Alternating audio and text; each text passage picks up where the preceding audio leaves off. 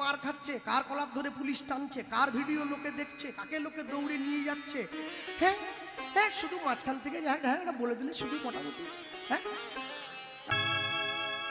আজকে সারা বাংলার মানুষ যে বৃন্দাবনে ছুটে যায়, যারা বৃন্দাবনে ছুটে যাচ্ছে ভগবানের প্রেম আস্বাদন করার জন্যে, বৃন্দাবনে গিয়ে তারা ব্রজের ধুলোতে গড়াগড়ি দেয় রাধে দয়া করো, কৃষ্ণ কৃপা করো বলে। মনে রাখবেন, যদি চৈতন্য মহাপ্রভু না আসতো কলিযুগের মানুষ জানতেই পারতো না বৃন্দাবন খায় না মাথায় দেয়। মহাপ্রভু এসে আমাদেরকে বৃন্দাবন চিনিয়েছে, আর সেই মহাপ্রভু এসে বৃন্দাবন চেনানোর পর আমরা তবে বৃন্দাবন পেয়েছি। তাহলে যে মানুষ এতদিন ধরে যারা ভগবানকে ভালোবাসতো, ভগবানকে ভালোবাসতে চাইতো, কেন বলে খিদে পেলে খাওয়া আর খিদে না পেলে খাওয়া দুটো কিন্তু এক নয়। কারো যদি খিদে পায়, সে যখন খেতে বসে সে কিন্তু চট করে খাবারের গুণাগুণ বিচার করে না, যে ডালে তেল নেই, পটলে নুন কম, আর তখন তার পেটে খিদে, তো আগে পেটটা ভরাতে হয়। আর যার পেটে খিদে নেই সে খেতে বসার পরে খাবারের গুণাগুণ বিচার করতে বসে পড়ে, আলু ভাজাটা আরেকটু তেল দিয়ে ভাজলে ভালো হতো, একটু কাঁচা হয়েছে। যার হরিনাম গ্রহণের খিদে থাকে তারা 10 কিলোমিটার দূর থেকে সাইকেল চালিয়ে কীর্তন শুনতে যায়। আর যার হরিনাম গ্রহণের খিদে থাকে না, সে বাড়ির পাশে শুয়েও ঘরের জানলা দরজা বন্ধ করে টিভিতে হিন্দি গান চালিয়ে দেয়। তাহলে সবার আগে লক্ষ্য রাখতে হবে আপনার হরিনাম গ্রহণের প্রতি আপনার তীব্রতা কতখানি আছে। আজকে যে গ্রামের মানুষ, যে পাড়ার মানুষ, যে এলাকার মানুষ, হরিনাম তো শুধু শেরপুর বাজারের নয়, গ্রামবাসী সকলে মিলে হরিনাম দিচ্ছে, সবার কাছ থেকে 2 টাকা 10 টাকা 5 টাকা ভিক্ষা করে করে কীর্তনে এক জায়গায় করে। তারপর এখন কথা হলো, যে 500 টাকা দিয়েছে, যে 50 টাকা দিয়েছে, আজকের ক্ষেত্রে কিন্তু দুজনের সমান অধিকার। কেন সে কম দিয়েছে বলে অধিকারটা কম, এ কথা বলা যাবে না, অধিকার দুইজনেরই সমান। কিন্তু আশ্চর্য কি জানেন, দেখবেন হরিনাম যখন আমাদের হয়, হরিনাম যে গ্রামে হয়, আসতে যে গ্রামে কীর্তন হয়, আমি গত বছরটা মনে শুধু বাদ পড়েছিল আমার, হ্যাঁ ডেটের সঙ্গে মেলে নাই, তো তাপসদা আমাকে বলতে দেরি করলো অনেক, যাই হোক। তো যে গ্রামে হরিনাম হয়, যে গ্রামে কীর্তন হয়, মনে রাখবেন হরিনামের কল্যাণ পেতে গেলে, হরিনামের কৃপা পেতে গেলে, আজকে আপনাদের গ্রামে হরিনাম হচ্ছে, আপনাদের প্রত্যেকের কাছ থেকে পয়সা নিয়ে হরিনাম হচ্ছে, মালসা ভোগ দিয়েছেন প্রত্যেকে। আমি আসার পরে শুনছিলাম নাকি 800 মালসা তৈরি করতো। 800 মালসা তো আর শুধুমাত্র ব্রাহ্মণ ঠাকুর একা বাড়ি বয়ে নিয়ে যাওয়ার জন্য করেনি, গ্রামের লোক দিয়েছে বলে হয়েছে। তাহলে হরিনামের কৃপা পেতে গেলে সবার আগে যে কর্মটা করতে হবে সেটা অন্য কিছু নয়, যে কদিন গ্রামে হরিনাম হবে সে কদিন গ্রামের মানুষকে সম্পূর্ণ নিরামিষ সেবা করতে হবে, তবে হরিনামের কৃপা পাওয়া যাবে। আপনার গ্রামে হরিনাম হচ্ছে, মন্দিরে যিনি ব্রাহ্মণ, যিনি বৈষ্ণব, মহাপ্রভুর ঘট বসিয়ে সংকল্প করেছেন, মনে রাখবেন তিনি কিন্তু একা কারোর নাম নিয়ে সংকল্প করেনি, পুরো গ্রামবাসী গণের নাম নিয়ে সংকল্প, যেন সবার কল্যাণ হয়। তাহলে গ্রামের মানুষের কল্যাণ তখনই হবে যদি গ্রামের মানুষ হরিনাম চলাকালীন তারা নিরামিষ ভক্ষণ করে। আমার গ্রামে কীর্তন হচ্ছে, আর আমি আমার বাড়িতে মেয়ে জামাইকে ভালো রাখার জন্য, মেয়ে জামাই এসছে, মেয়ে জামাইকে মাংসের ঝোল ভাত খাওয়ালাম, তারপরে কীর্তন শুনতে এসছে, খিদে পেলে ছুটে গিয়ে একটা ডিম সিদ্ধ কিনে খাচ্ছি। হ্যাঁ, মনে রাখবেন ভগবান তার অস্তিত্বকে উপলব্ধি করা, ভগবানের করুণা লাভ করা এত সোজা কথা নয়। তাহলে সবাই পেয়ে যেত, তাহলে সবাই পেত, একজন দুজন কেন, সবাই তো পেয়ে যাবে। আমরা সবাই তো ঈশ্বরের সন্তান, সবাই আমরা ঈশ্বরের সন্তান হতে পারি, কিন্তু সবাই ঈশ্বরের কৃপা পাবে না। ঈশ্বরের কৃপা পেতে গেলে তার কৃপা যা করলে পাওয়া যায় সেই বিধিমেক কর্ম করতে হয়, তবে তার কৃপা পাওয়া যায়। হ্যাঁ, মনে রেখো, বলে ভগবান যখন আমাদের জন্ম দিয়েছিল আমাদেরকে তুলসী মালা পরিয়ে জন্ম দিয়েছে কি? বলে না। তাহলে ভগবান যদি তুলসী মালা পরিয়ে জন্ম আমাদের না দেয়, তাহলে আমার মনে হয় কি মালা পরার দরকার নেই। কেন ভগবান যদি মালাটা দরকারই মনে করতো, যে দরকার করতে হবে, তাহলে মালা পরিয়েই জন্ম দিত। মালা পরালো কি জন্য? মালা যখন পরায়নি অতএব এখন না পড়লো। আচ্ছা বলুন, ভগবান যখন আমাদের জন্ম দিয়েছিল আমাদের কি পোশাক পরিয়েছিল? কি নীল জামা, জিন্সের প্যান্ট, এই শাড়ি কাপড় এইসব? ভগবান তো এমনি জন্ম দেয়। তাহলে ভগবান যদি মনে করতো যে পোশাকটা দরকার, পোশাক পরিয়ে দিতে পারতো, পোশাক না ছাড়া দিল কি? পোশাক পরা হয় কেন? নিজের লজ্জাকে সম্বরণ করার জন্য। আমি যে সমাজে বাস করি সেই সমাজে আমরা সমাজকে সভ্য সমাজে গড়ে তুলেছি অসভ্য থেকে। পোশাক পরতে হয় লজ্জাকে নিবারণ করার জন্যে। ঠিক তেমনি ভাবে তুলসীর মালা গলায় দেওয়া হয় নিজের চৈতন্যকে জাগ্রত করার জন্য। তাহলে এখন প্রশ্ন করতে পারে কেউ, তাহলে বিনয় বাদল দীনেশ, সুভাষচন্দ্র বসু, বিশ্বকবি রবীন্দ্রনাথ তারা কেউ তুলসীর মালা পরেনি, তার কি চেতনা জাগ্রত হয়নি? তারা তো এমনি ঘুরেছে, কেউ মালা পরেনি গলায়, সব এমনি ঘুরেছে। তাহলে তুলসী মালা না পড়লে যদি চৈতন্য জাগ্রত না হবে, তাহলে তারা তো কেউ তুলসীর মালা পরেনি। একটা কথা বলতে হবে সবার আগে, বিবেকানন্দের সঙ্গে, রবীন্দ্রনাথের সঙ্গে, বিনয় বাদলের সঙ্গে, ক্ষুদিরাম বসুর সঙ্গে যদি আমি আমার তুলনা করি, তাহলে আমার থেকে বড় বোকা দুনিয়ায় দ্বিতীয় আর কেউ নেই। পৃথিবীতে একজন মানুষ আসে যে একটা মানুষ পুরো সমাজকে সংশোধন করে দেয়, সেই মানুষটার ধারে কেউ যেতে পারবে না। সে একটা গণ্ডির মধ্যে আবদ্ধ নয়। বিশ্বকবি রবীন্দ্রনাথ ঠাকুর বললেন, উত্তম নিশ্চিন্তে চলে অধমের সাথে, যিনি মধ্যম তিনি চলিবেন তফাতে। একটা চোর প্রত্যেক দিন সাধুর আশ্রমে গিয়ে বসে। গণিকা লক্ষহীরা যখন হরিদাস ঠাকুরের কাছে গিয়ে বসেছিল, একদিন, দুদিন, 3 দিন, 4 দিনের দিন কিন্তু লক্ষহীরা সাজ পোশাক সেজে আর যায়নি, এমনি গিয়েছিল শুধু একটা শাড়ি পরে। কেন?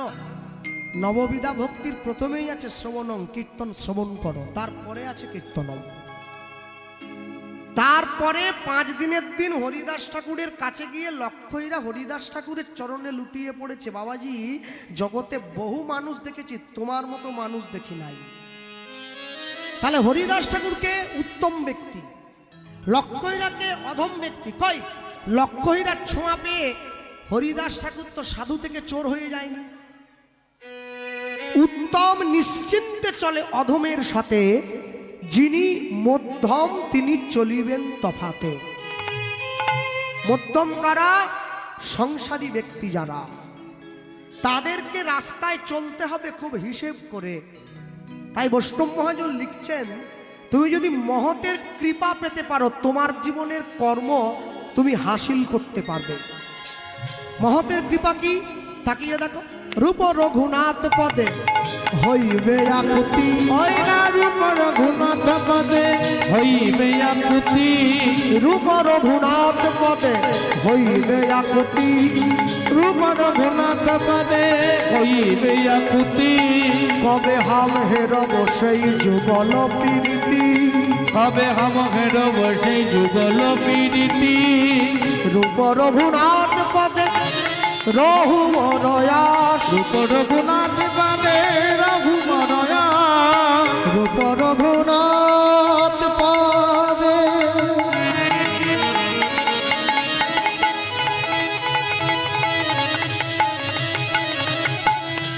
রূপ রঘুনাথ পদে রঘু মরয়াস। ওই না রূপ রঘুনাথ পদে রঘু মরয়াস। প্রার্থনা করে সদাই নরোত্তম দাস, নিতাই গৌর হরি বল। প্রার্থনা করে সদা নরোত্তম দাস। ওগো প্রার্থনা করে সদাই নরোত্তম দাস। ওই না প্রার্থনা করে সদা নরোত্তম দাস। বলি আমার ভাগ্যে হলো না গো ভাগ্যে হলো না গো, ভাগ্যে হলো না গো, সবাই তোমার নাম নিল, আমার ভাগ্যে হলো না গো, সবাই তোমার নাম নিল, আমার ভাগ্যে হলো না গো। বলি আমি পতিত পড়ে রইলাম, তাই গৌর হলো। আমি পতিত পড়ে রই, আমার ভাগ্যে হলো না গো, আমার ভাগ্যে হলো না গো, আমার ভাগ্যে হলো না গো। প্রার্থনা করো এ সদাই, নরোত্তম দাস, ও গো প্রার্থনা করো গে সদা, নরোত্তম দাস।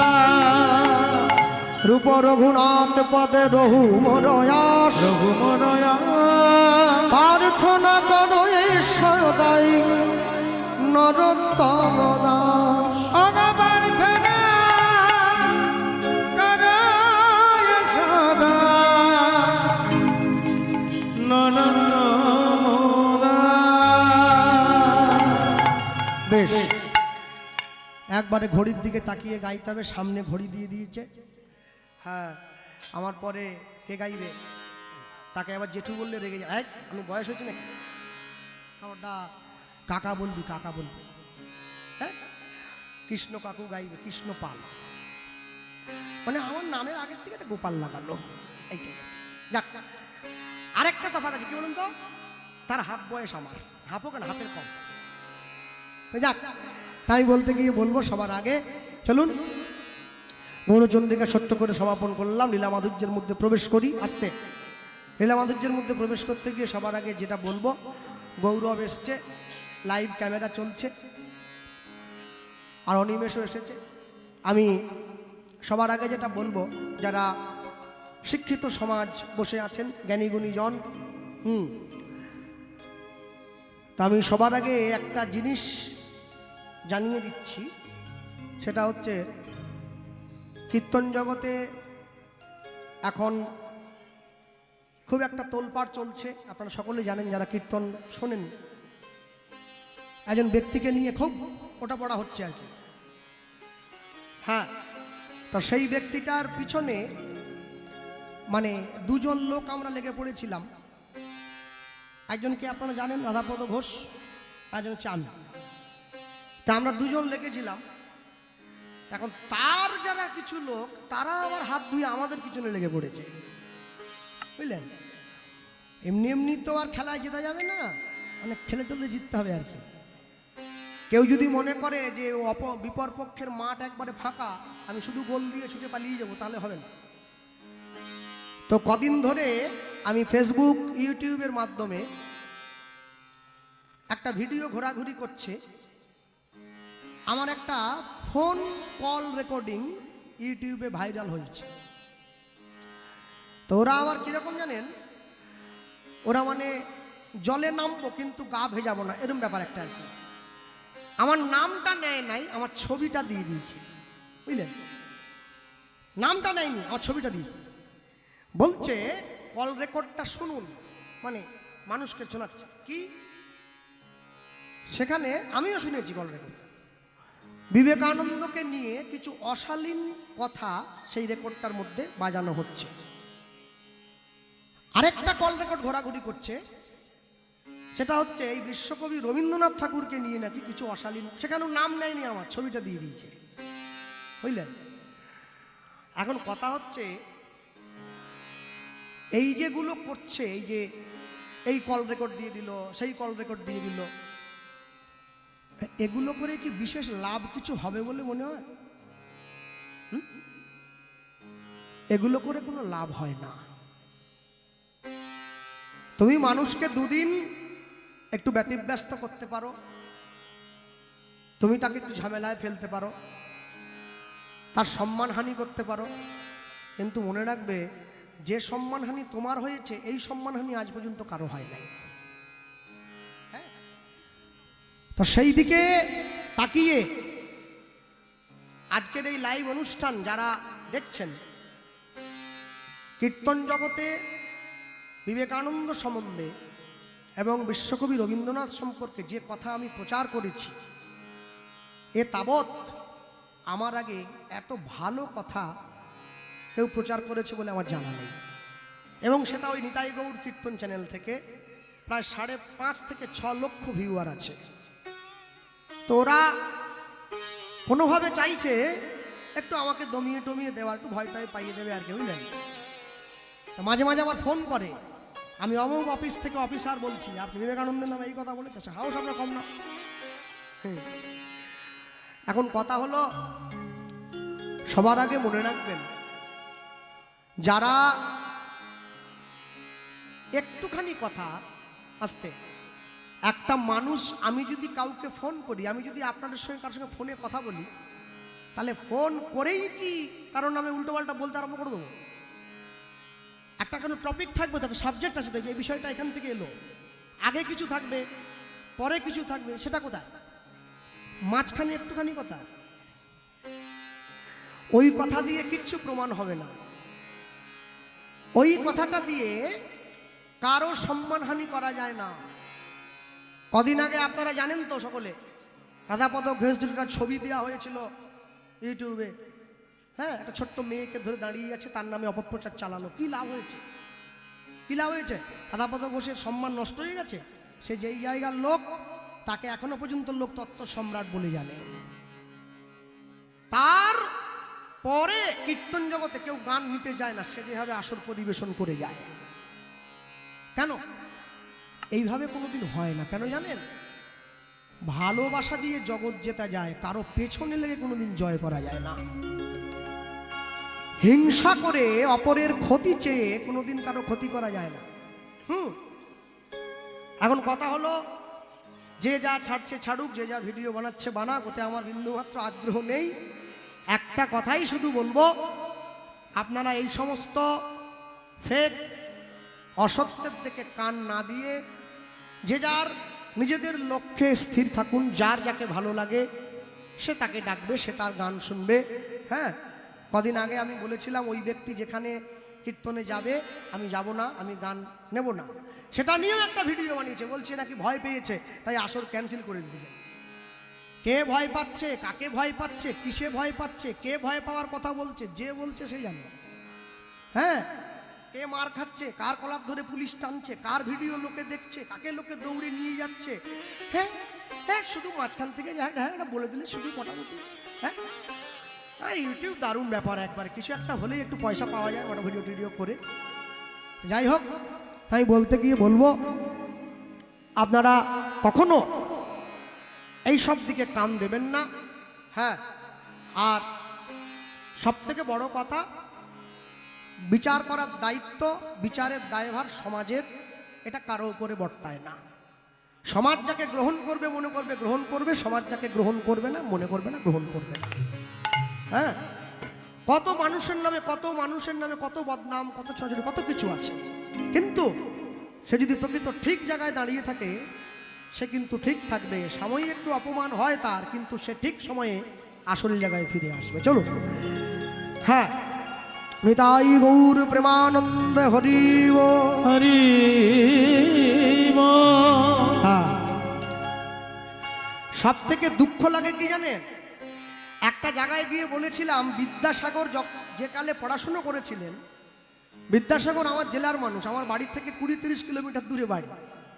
বিদ্যাসাগর মশাই যে কালে পড়াশুনো করেছিলেন, এখন তো শিক্ষা ব্যবস্থা উন্নত হয়েছে অনেক। আমি আসরে দাঁড়িয়ে বলেছিলাম যে বিদ্যাসাগরের থেকে বর্তমান দিনে যদি খাতায় কলমে দেখা হয়, অনেক শিক্ষিত ছেলে পাড়ার মোড়ে ঘুরে বেড়ায়, কিন্তু হতে পারবে না কেউ বিদ্যাসাগর। বিদ্যাসাগর একজনই, শিক্ষা আলাদা, জ্ঞান আলাদা। ওরা সেটা নিয়েও একটা ভিডিও বানিয়ে ফেলেছে। কি অসভ্য চিন্তা করে, বলে আমি নাকি বিদ্যাসাগরকে ছোট করছি। বোকা কোথাকার। হ্যাঁ, বিদ্যাসাগরকে আমি কেন, তুমি ওইটা নিয়ে ভিডিও বানানো মানে বিদ্যাসাগরকে তুমি ছোট করেছ, আমি নয়। কেন? আমি কোনো উচ্চ পদের অফিসার নয়, আমি সাধারণ মানুষ, কিন্তু কীর্তন জগতে সবাই আমাকে চেনে। হ্যাঁ, এই যে মাইক দাদা ভাই বসে আছে, তখন ইউটিউব আসেনি, আজ থেকে 18 বছর আগে সিরাকল নস্কর পাড়া এর সঙ্গে আমার প্রথম সাক্ষাৎ হয়েছিল, 18 বছর আগে।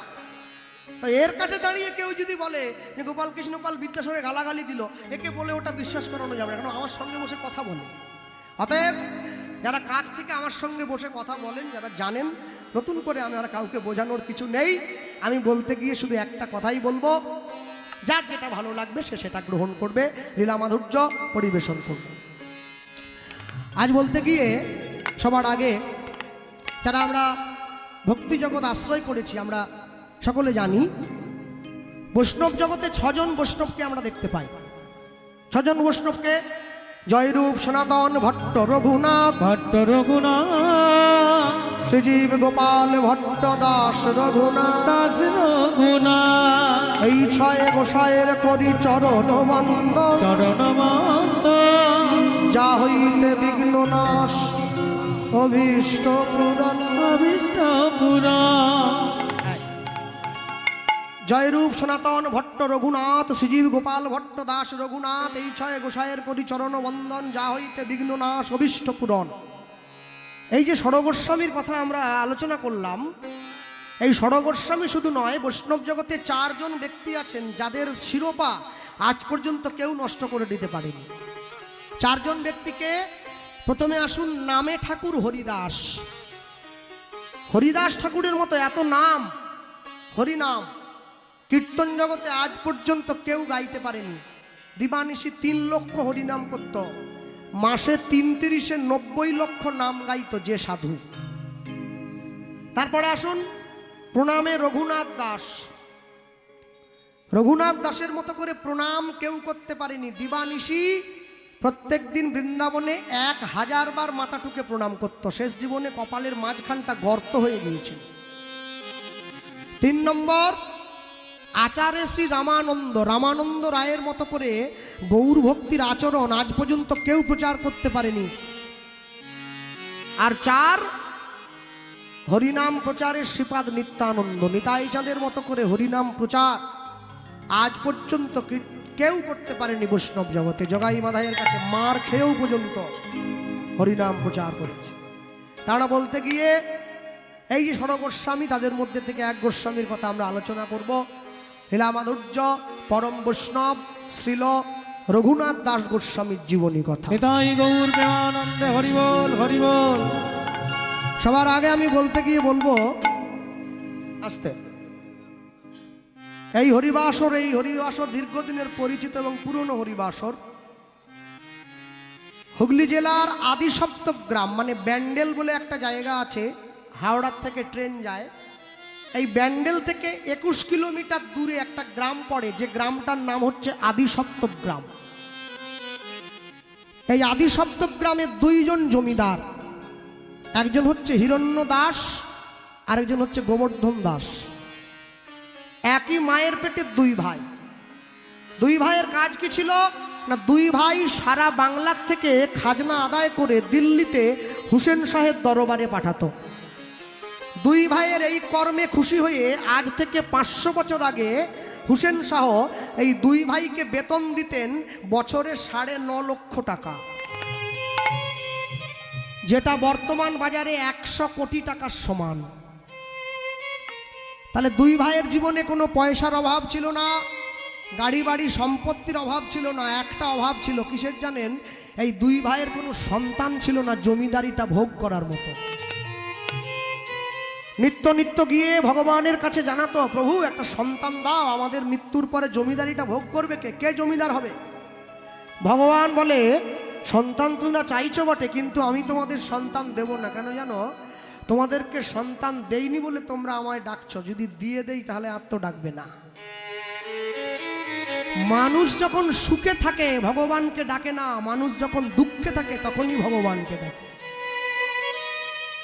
আজকে 2 ভাই মনে মনে ঠিক করলো, এতদিন পর্যন্ত নিজেদের জন্য সন্তান চেয়েছি, আজকে আমরা 2 ভাই মিলে যুক্তি করব, মন্দিরের মধ্যে বসে গোবিন্দের চরণটা ধরে বলবো, আজকে আমাদের জন্য সন্তান চাইতে আসিনি, আজকে সন্তান চাইতে এসেছি, আমাদের মৃত্যুর পরে তোমার সেবা করবে কে, সেই জন্য একটা সন্তান দাও। বুদ্ধি করে দিয়েছে, ঘুরিয়ে নাক ধরাচ্ছে। ভগবানের মন্দিরে গিয়ে 2 ভাই গোবিন্দ চরণটা জড়িয়ে ধরে ভগবানকে বলছে, প্রভু এতদিন পর্যন্ত আমাদের জন্য সন্তান চাইলাম, আর আজকে সন্তান চাইতে এসেছি আমাদের জন্য নয়, আমাদের মৃত্যুর পরে তোমার সেবা করবে কে, সেই জন্য একটা সন্তান দাও। ভগবানের মন্দিরের দরজাটা বন্ধ করে ভগবানকে চরণটা জড়িয়ে ধরেছে। কি বলল? জয় রাধা রমণ জয় কুঞ্জ বিহারী। জয় উলুধ্বনি।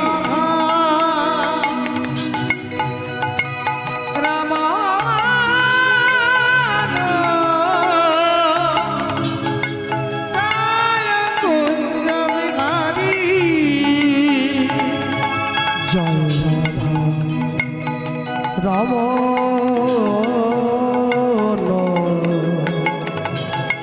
জয় কুঞ্জ বিহারী। জয় রাধা তাই গৌর হরি বল।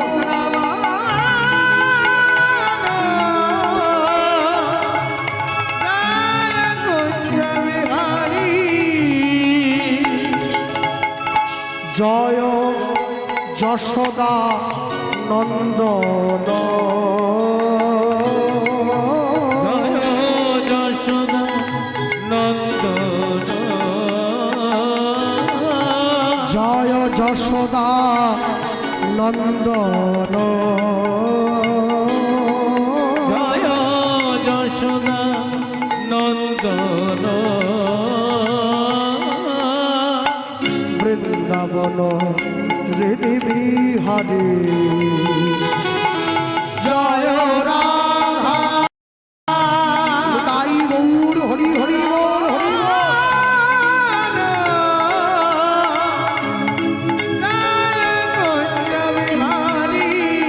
জয় রাধা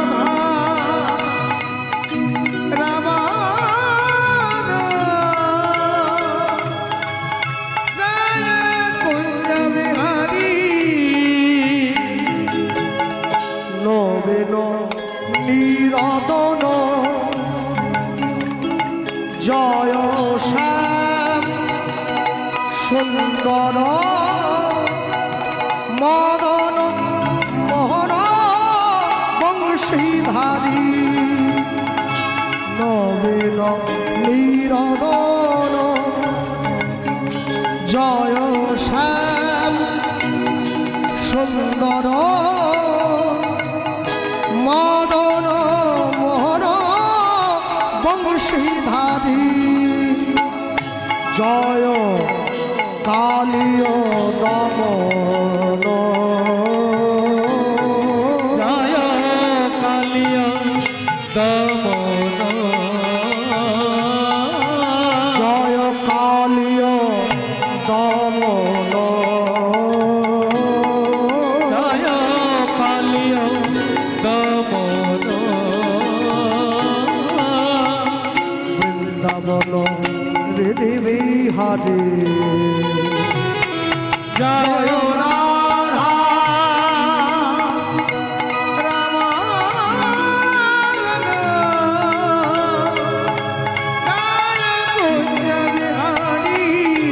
জয় রাধা রমণ জয় কুঞ্জ বিহারী। জয় রাধা দেখা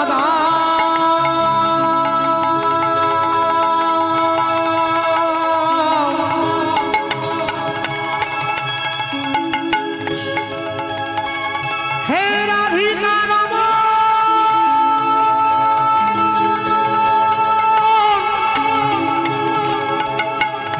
গোপীজন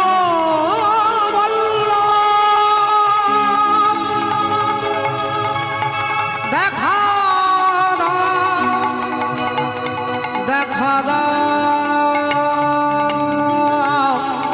দেখা জয় কালীয় দমন জয় কালিয়া দমন বৃন্দাবন হৃদি বিহারী। জয় রাধা রমণ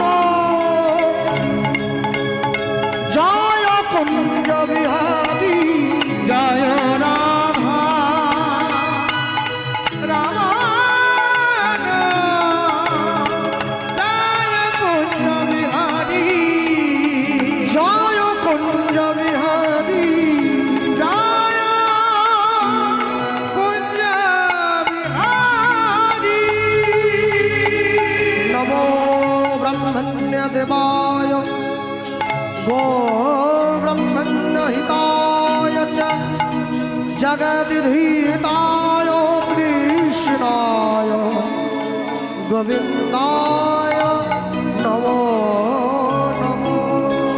গোবিন্দায় নমো নমো। ভগবান দৈববাণী করল, অচিরাতে তোমাদের ঘরে এক পুত্র সন্তান জন্ম গ্রহণ করিবে, জন্মগ্রহণ করিবে।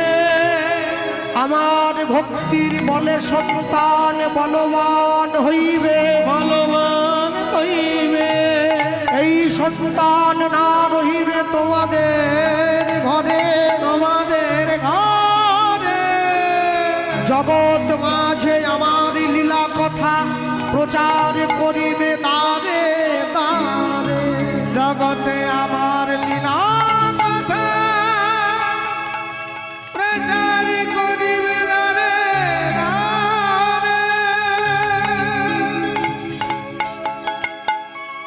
দুই ভাই ভগবানকে প্রণাম করে মন্দিরের বাইরে এসে চোখ মুখ মুছে এক ভাই আরেক ভাইকে বলছে, কি রে, কি ভগবান তো বলল আমাদের ঘরে ছেলে হবে।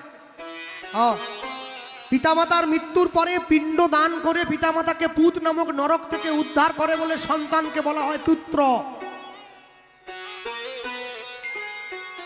তাহলে দুই ভাইকে ভগবান যে আশীর্বাদ করে গেল আমাদের ঘরে ছেলে হবে, বড় ভাই ছোট ভাইকে ডেকে বলছে, এই ভাই কার ঘরে হবে এটা তো বললো না, তুইও তো মন্দিরে ঢুকেছিলি আমিও তো মন্দিরে গেলাম, কার ঘরে হবে?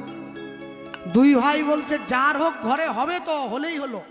না না, এরপরে ভগবান বলল, শুনিসনি কি?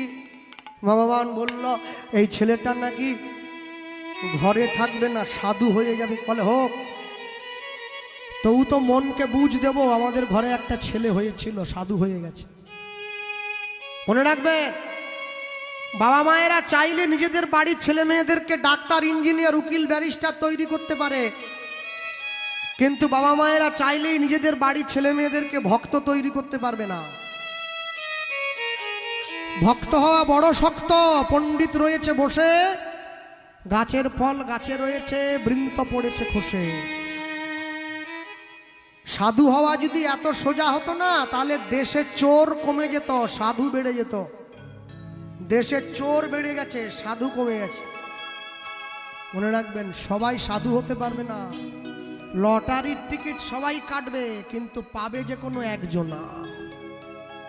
ভ্রমিতে ভ্রমিতে কোনো ভাগ্যবান জীব কোটি কল্প প্রসাদে পায় ভক্তিলতা বীজ।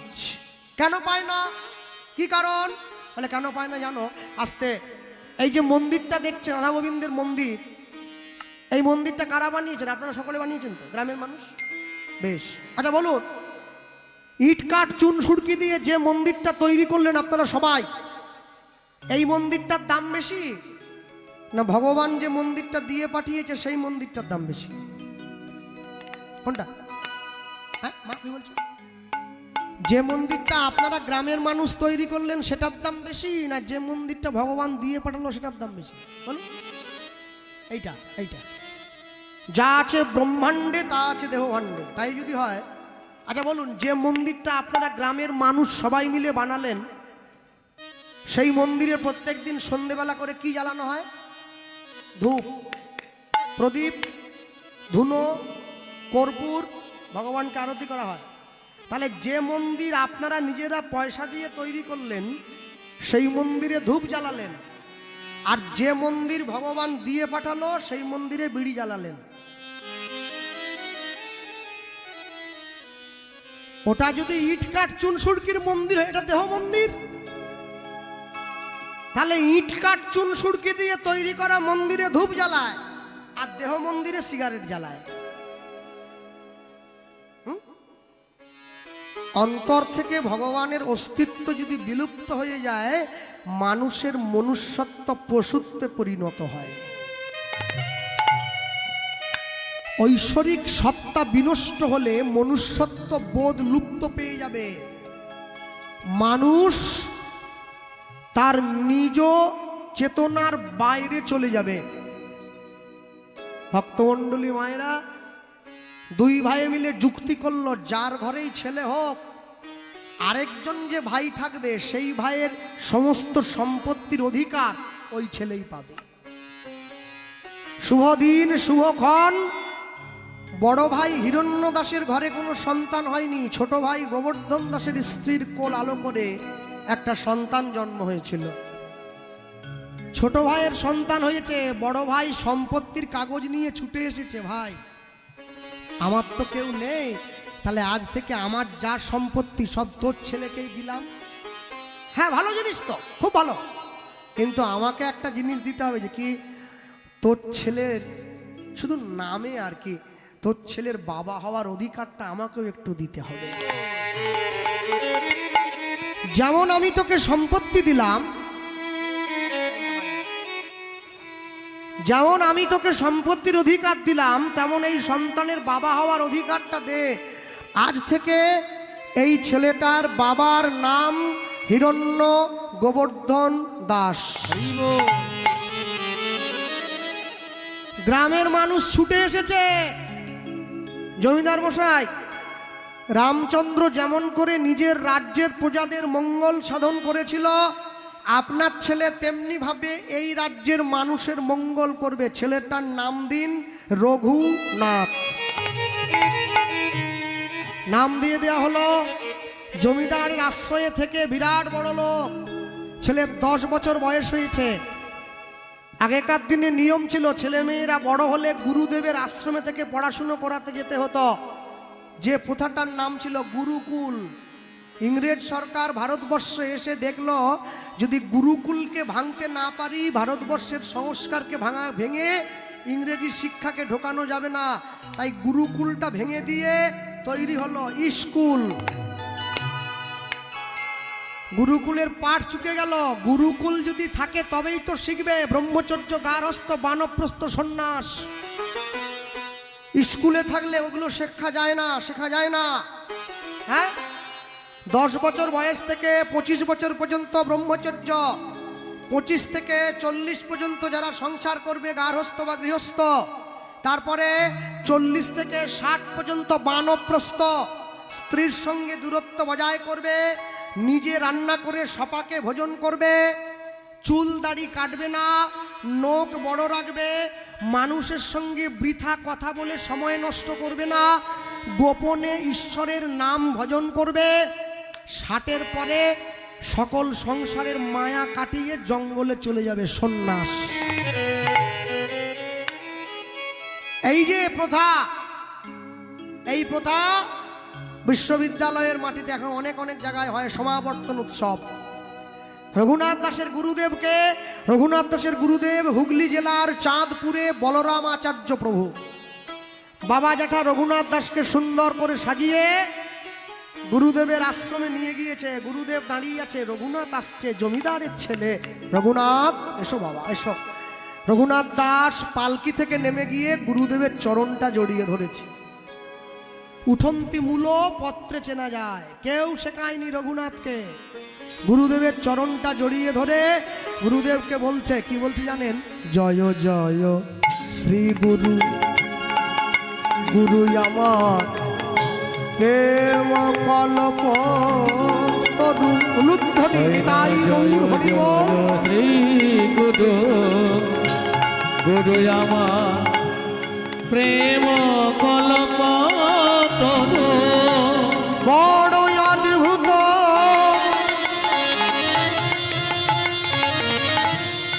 অদ্ভুত জাগ পরকাশ, অদ্ভুত জাগ পরকাশ। আস্তে, যারা সাধুগুরুর চরণ আশ্রয় করেছেন সকলে বুঝে গিয়েছেন, এই গানটা কিন্তু আমার বানানো গান নয়, এটা মহাজন পথ। বড় অদ্ভুত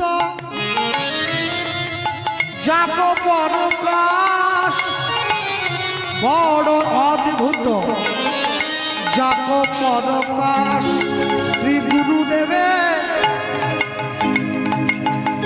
অদ্ভুত প্রকাশ, গুরুদেবে অদ্ভুত প্রকাশ, যার কৃপাতে হয় মায়া না, গুরু রূপে লোচন আনন্দ ধাম লোচন আনন্দ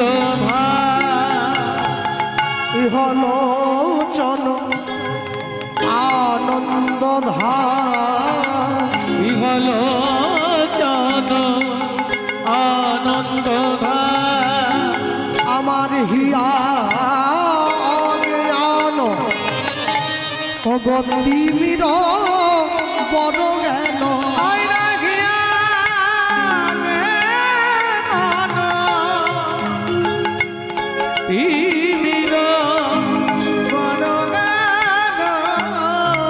এতদিন পর্যন্ত আমার হিয়া অন্ধকারে ছিল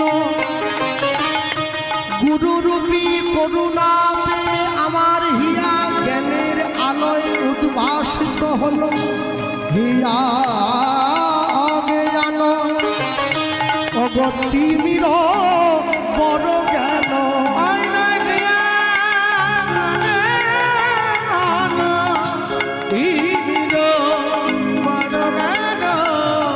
জ্ঞান সুচন্দ্র কিরণে করুণা চন্দ্রকে রণে করুণা রঘুনাথ দাসকে বুকের মধ্যে জড়িয়ে ধরে গুরুদেব জিজ্ঞাসা করছে, রঘুনাথ এত ভালো ভালো কথাগুলো তুমি কোথায় শিখলে বাবা? গুরুদেব কেউ শেখায়নি, কেউ শেখায়নি আমায়। আপনাকে দেখে আমার ভালো ভালো কথাগুলো মনে পড়ে গেল। যাকে দেখিলে মুখে আসে কৃষ্ণ নাম, জানিবে সেই বৈষ্ণব, তাকে করিবে প্রণাম। যাকে দেখে আপনার কৃষ্ণ নাম বলতে ইচ্ছে করবে, জানবেন তিনি ভক্ত, তিনি বৈষ্ণব। আর যাকে আপনি দেখবেন মালা পরে আছে, তিলক পরে আছে, তারপরে ডিম ভাজা কিনে খাচ্ছে, খবরদার, সাবধান। না, ওটা তো সাজা। হ্যাঁ, গুরুদেব রঘুনাথ দাসকে বুকের মধ্যে তুলে ধরে বলল, রঘুনাথ তুমি আমার আশ্রমে থাকবে? থাকবো তো। আপনার আশ্রমে থাকবো না? কোথায় থাকবো? থাকবো, এখানেই থাকবো। আচ্ছা দেখো বাবা, আমার আশ্রমে থাকলে কিন্তু কাজ করতে হবে। হ্যাঁ করবো। কি কাজ করবে? ঠাকুরের জন্য মালা গাঁথবো, ফুল তুলবো, মন্দির পরিষ্কার করব। তুমি জমিদারের ছেলে হয়ে মন্দির পরিষ্কার করবে আগে? হ্যাঁ করবো। রঘুনাথ দাসকে আশ্রমে রেখে দিয়ে বাবা জ্যাঠা দুইজন চলে গিয়েছে ঘরে। রঘুনাথ দাস গুরুদেবের আশ্রমে থেকে মন দিয়ে পড়াশুনো করছে। হ্যাঁ, যা যা ভালো লাগে শাস্ত্রবিদ্যা অধ্যয়ন করছে, পণ্ডিত হবে রঘুনাথ। একদিনকে গুরুদেব গিয়ে রঘুনাথ দাসের সামনে দাঁড়িয়ে বলছে, রঘুনাথ আমাদের আশ্রমে একজন মহাজ্ঞানী পণ্ডিত সাধু আসবেন। কে? আজকে আমাদের আশ্রমে নামাচার্য শিল ঠাকুর হরিদাস আসবেন, তুমি তাকে দেখতে যাবে? হ্যাঁ হ্যাঁ যাবো যাবো গুরুদেব, আমাকে নিয়ে চলুন না। কে আসবে দেখি একবার, চলুন নিয়ে চলুন। গুরুদেব রঘুনাথ দাসের সামনে গিয়ে বলছেন, রঘুনাথ হরিদাস ঠাকুর তো আমাদের আশ্রমে আসবে, আর হরিদাস ঠাকুরকে দেখার জন্য সবাই যাবে, তুমি কি যাবে বাবা? যাবো না, চলুন না। আশ্রমের সমস্ত ছাত্ররা মিলে সবাই ছুটে গিয়েছে, আর হরিদাস ঠাকুর এসে একটা আসনে বসেছে।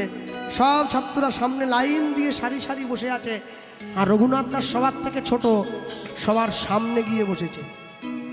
হরিদাস ঠাকুরের মুখের দিকে তাকিয়ে আছে এক দৃষ্টে। হরিদাস ঠাকুর রঘুনাথের দিকে তাকিয়ে বলছে, বাবা তুমি কে গো? বলে আমি কে সেটা পরে বলবো, আগে বলো তুমি কে? হরিদাস ঠাকুর বলছে, আমার নাম হরিদাস। বাহ, শোনো তুই কি জন্য এলে? বলে কেন এলাম জানিস?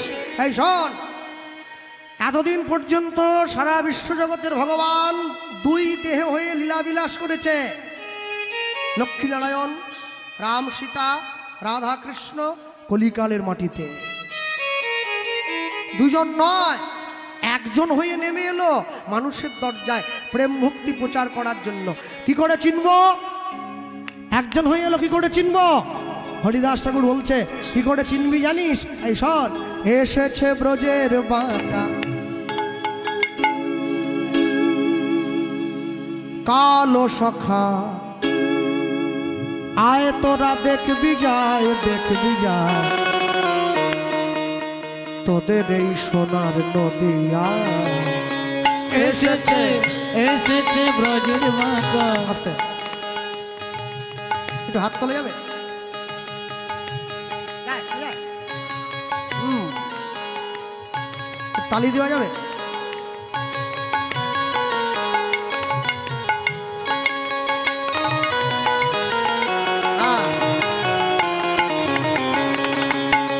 এসেছে এসেছে ব্রজের মাতা, কালো সখা আয় তোরা দেখবি গায়, দেখবি গায় তোদের এই সোনার নদিয়ায়। তাই গৌর হরি হরি বল। এসেছে ব্রজের মাতা, কালো সখা আই তোরা দেখবি গায়, দেখবি গায় তাদের এই সোনার নদী গায়, তাদের এই সোনার নদী গায়। শোনো, রং ফিরেছে ঢং ফিরেছে, ওই না রঙে ফিরেছে ঢঙে ফিরেছে। মায়ের হাত আমি খবরদার, ডবল হয়ে গেছে, ডবল ডবল, বুঝছো না? লক্ষ্মীর ভান্ডার, লক্ষ্মীর ভান্ডার 500 নেই 1000। হাততালি আমাকে দেবে? বিরাট হাসি একবারে, হ্যাঁ হাততালি ডবল হয়ে যাবে। তার কালো বরণ নাই,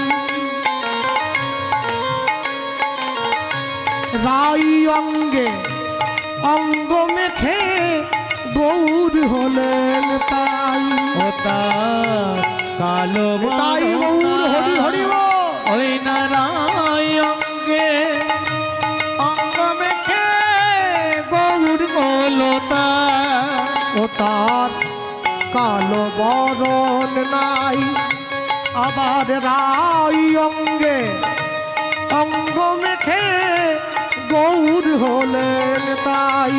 ও তার কালো বরণা ওই নারায় অঙ্গে অঙ্গ মেখে গৌর হলো তার।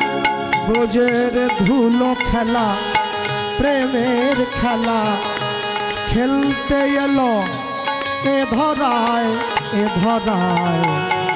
তোদের এই সোনার নদিয়া হরি হরি বল। এসেছে ব্রজের মাতা, এসেছে ব্রজের মাতা কালো সখা আই তোরা দেখি গায়, দেখি গায় তোদের এই সোনার নদিয়া, তোদের এই সোনার নদিয়া, তোদের এই সোনার নদিয়া। জানো কে বলো তো? শ্যাম রাধা প্রেমে ঋণী হয়েছে,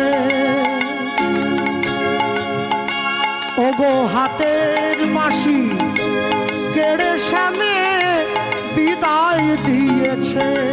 শ্যাম রাধা প্রেমে ঋণী হয়েছে, ওগো হাতের বাঁশি কেড়ে শ্যামে বিদায় দিয়েছে।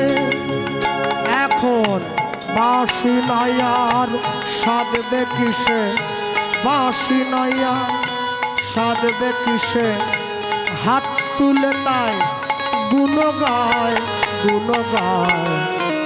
তোদের এই সোনার তাই গৌর হরি বল। এসেছে ব্রজের মাতা, এসেছে ব্রজের মাতা কালো সখা আয় তোরা দেখবি গায়, দেখবি গায় তোদের এই সোনার নদিয়া, তোদের এই সোনার নদিয়া, তোদের এই সোনার নদিয়া, তোদের এই সোনার নদিয়া। তোদের এই সোনার নদিয়ায়। আমি তোমার হলাম, আমি তোমার হলাম, আমি তোমার হলাম, আমি তোমার হলাম, আমি তোমার হলাম। আমি তোমার হলাম। হরিদাস ঠাকুরের চরণতলে ছুটে গিয়ে রঘুনাথ দাস লুটিয়ে পড়ল, আমি তোমার হলাম। এই কে রে? পাটা ছাড়, পাটা, হ্যাঁ পাটা ছাড়। এই আয়, এই দেখো দেখো দেখো কে কে, পাছাড় রে পাছাড়। কে এই, আমার পায়ে পড়লি? ঠাকুর, যে মানুষটার নাম তুমি বললে আমাকে সেই মানুষটার ঠিকানা একবার দিতে পারো? এই দেখো পাগল ছেলে, আরে এখনো তো সময় হয়নি রে, সেই মানুষটার কাছে যা, ঠিক সময়ে তুই যাবি তার চরণে। আমি বলছি তোমার নামটা তো বললে না। আমার নাম হরিদাস। বাহ, এই জগতের মানুষ মায়ার দাস, টাকার দাস, ছেলে মেয়ের দাস, বাড়ি গাড়ির দাস, আর তুই কিনা হরির দাস। বাবা, তোমাকে দেখে আমার পছন্দ হয়েছে। ও ঠাকুর, ও ঠাকুর, তুমি এই কপাল টপালে গায়েটায় কি সব দাগগুলো দিয়েছো, কি বলে গো? একে তিলক বলে রে, দুষ্টু ছেলে, তিলক বলে, তিলক।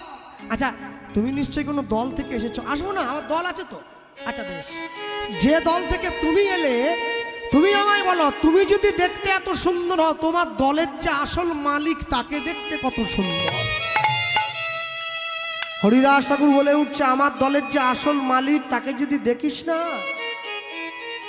গোরা যদি হতো মধু, জ্ঞানদাসে কয় আস্বাদ করিয়া মজিত কুলেরই বধূ।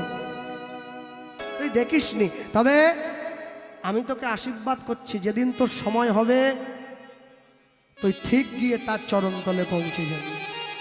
রঘুনাথ দাসের মাথায় হাত দিয়ে হরিদাস ঠাকুর আশীর্বাদ করলো কি, হরিদাস কৃপা করে রঘুনাথের উপরে, রঘুনাথের উপরে সেই কৃপার কারণ হইল চৈতন্য চরণ পাইবারে।